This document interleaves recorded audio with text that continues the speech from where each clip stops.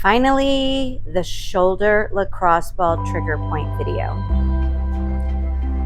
There is a shorter video that has this technique lying the long way on the foam roller, so I decided to add this in just as a warm-up to the shoulder.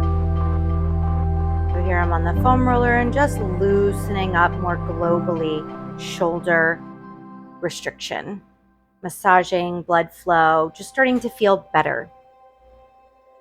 You will see this type of work in the group Pilates classes as the warm-up series.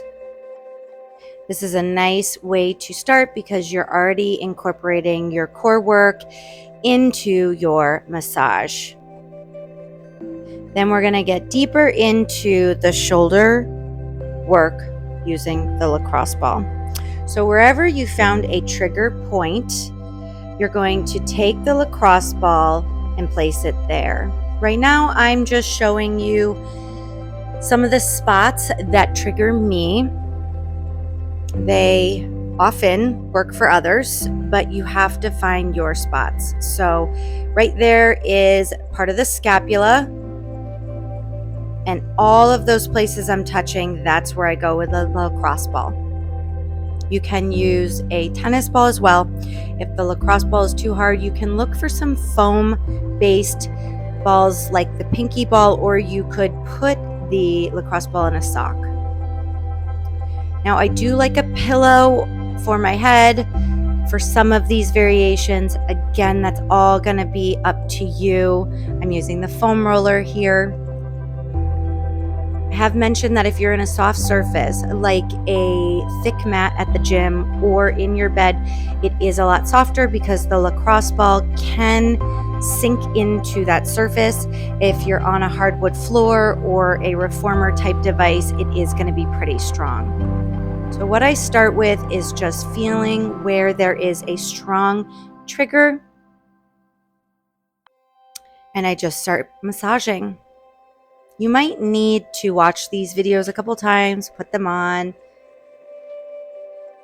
Once you know your trigger areas, you can put on the no voiceover variation and follow along and just listen to gentle music.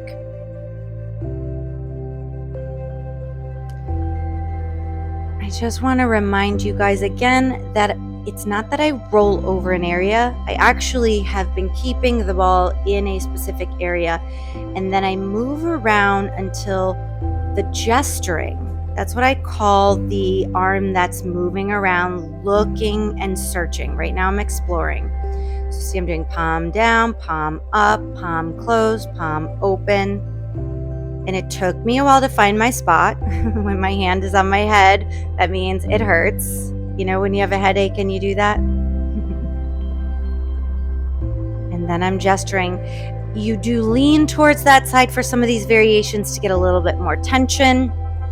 You're going to work through the scapula, under the armpit, down the scapula. Be more careful when you're near your spine. That really isn't a part of this video, but we can go into that more one-on-one with virtual sessions or in-person sessions. Also, if you're joining us for the first couple of times, you might want to watch a segment, pause it, try it, and work that way. Trigger point is specific to you. Although I can give you guidance, I can't personally find your triggers, and through a video, it would be virtually impossible. But one-on-one, we can have a conversation about what you feel, and then I can guide you even more. A trigger should feel like, ooh, I didn't know that I needed this. But once the ball is in that trigger, you should want to stop there. It might be very painful. It might feel painfully good, and some clients say it hurts so good. Once you're on a trigger, in my opinion, it's all about gesturing the arm and moving around not rolling over the area, although you can lightly massage. One of the methods I listen to calls it nuzzling, but lightly move around to where it feels like it's releasing that tension for you even more. And then take a little break. I'm gonna go a little lower here, and then I'm gonna gesture. When we talk about classes and movement for arms and shoulder, we talk about a letter system. So a Y, an X. An X is reaching over the head towards your 12 o'clock. A Y is more towards the 11 and the 1. Goalpost is a right angle where you would kick a football through for that winning goalpost, field goal. I don't even watch football. I joke with my clients, I don't even watch football and I know what a goalpost is. But you'll see I do a lot of reaching back into that W shape or goalpost shape. And then I also work in internal rotation. That's where I take my hand down towards my hip joint, but still in that right angle. And you might play around with a shorter angle, a medium angle, and a longer angle in that internal rotation. That would be your mathematics. Greater or lesser than 90 degrees, right? And then what I do is I reach a little, I'm past goal, but I'm reaching towards Y, and then I double pulse it down. Once I find a spot, sometimes I nuzzle that spot, reach and nuzzle, right? And here with the lacrosse ball in your upper body, because we tend to wear tank tops and short t-shirts in the summer, you're getting skin contact, which is really important, which is why I also foam roll now in shorts, so that I can get my skin to pull my fascia.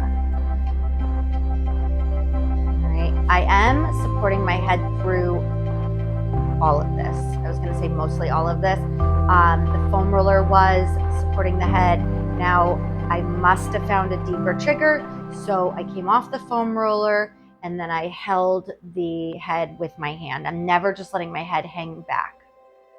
After you've done a segment, maybe a break, a segment, and then another break, reach and do motions to the arm. If your arm feels better, you are in the right spot. Now, I had great range of motion there and probably no pain, which is why I switched to the other side. Now, I'm in a pretty painful spot and I'm trying to figure out, did I not need the foam roller on this side, or did I want to start with no foam roller for a moment to find the trigger, just like I did on the other side? I usually try and balance everything out. So I tell my clients, so you don't limp out of class, right? So I did grab the foam roller for the same technique. When I was doing this voiceover, I was wondering if I was going to do that. I hoped I would. And then I'm just going to explore around until I find that trigger. And just reminding you again that I'm going to gesture my arm.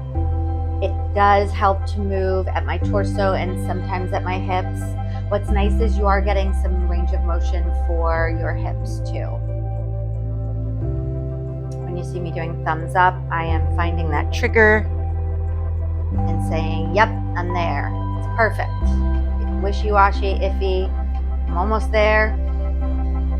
If you really explore and you learn this technique, your body will talk to you. Your body will say, you're almost there. It's like, oh, if I just found that spot. And sometimes you have to bring the spot to the ball. It's so unique. It's so individualized. I lay awake a lot thinking, how am I going to teach this to people?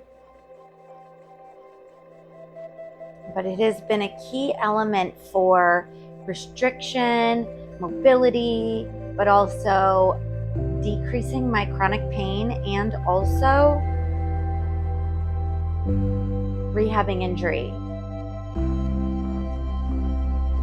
I'm going to do all of those styled of movements because they feel good on both sides. Although my left is my restricted shoulder, that is a labrum that I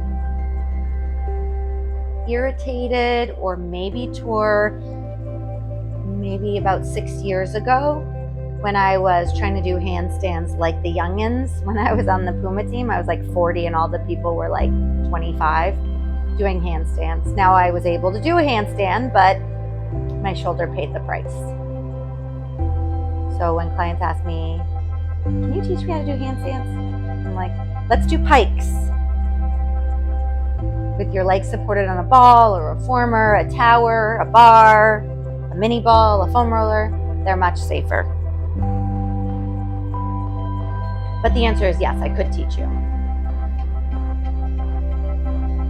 So down the scapula, finding those spots, they're strong.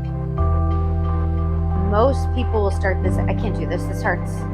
Oh my God, this is so painful, I have to come off. Take as many breaks as you need. And I've also mentioned, again, I'm going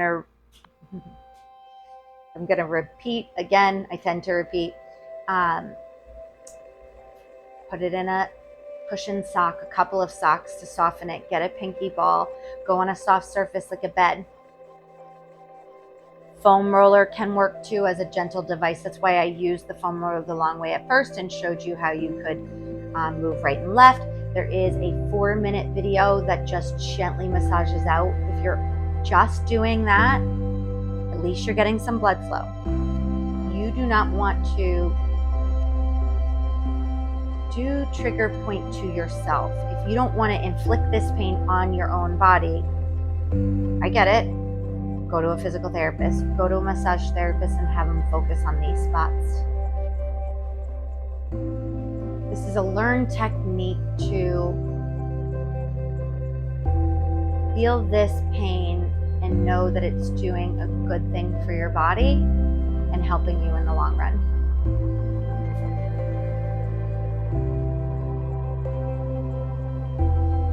But then also, I just want to say that if you are releasing these areas, you would then want to turn on a video that strengthens WXs, YTIs, and re-strengthen the muscles properly. Now that you've gotten the blood flow, now that you've released the tight areas and increased your range of motion, now you need to strengthen it. You can't leave this area unstable.